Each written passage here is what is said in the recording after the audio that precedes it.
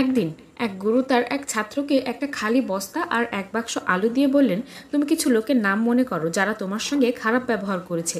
বিশেষ করে তাদের নাম মনে করো যাদের তুমি কখনোই ক্ষমা করতে পারবে না। বাক্স থেকে আলু বের করো, একটা করে আলুতে এক একজনের নাম খোদাই করো আর বস্তার মধ্যে রাখো। এবার বস্তাটা পিঠে চেপে 1 সপ্তাহ ঘুরে বেড়াও। 1 সপ্তাহ পর আমার কাছে এসো।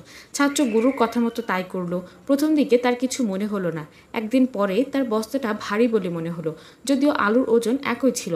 তারপর আলু পচতে শুরু করলো, আলু থেকে পচা গন্ধ ছড়ালো।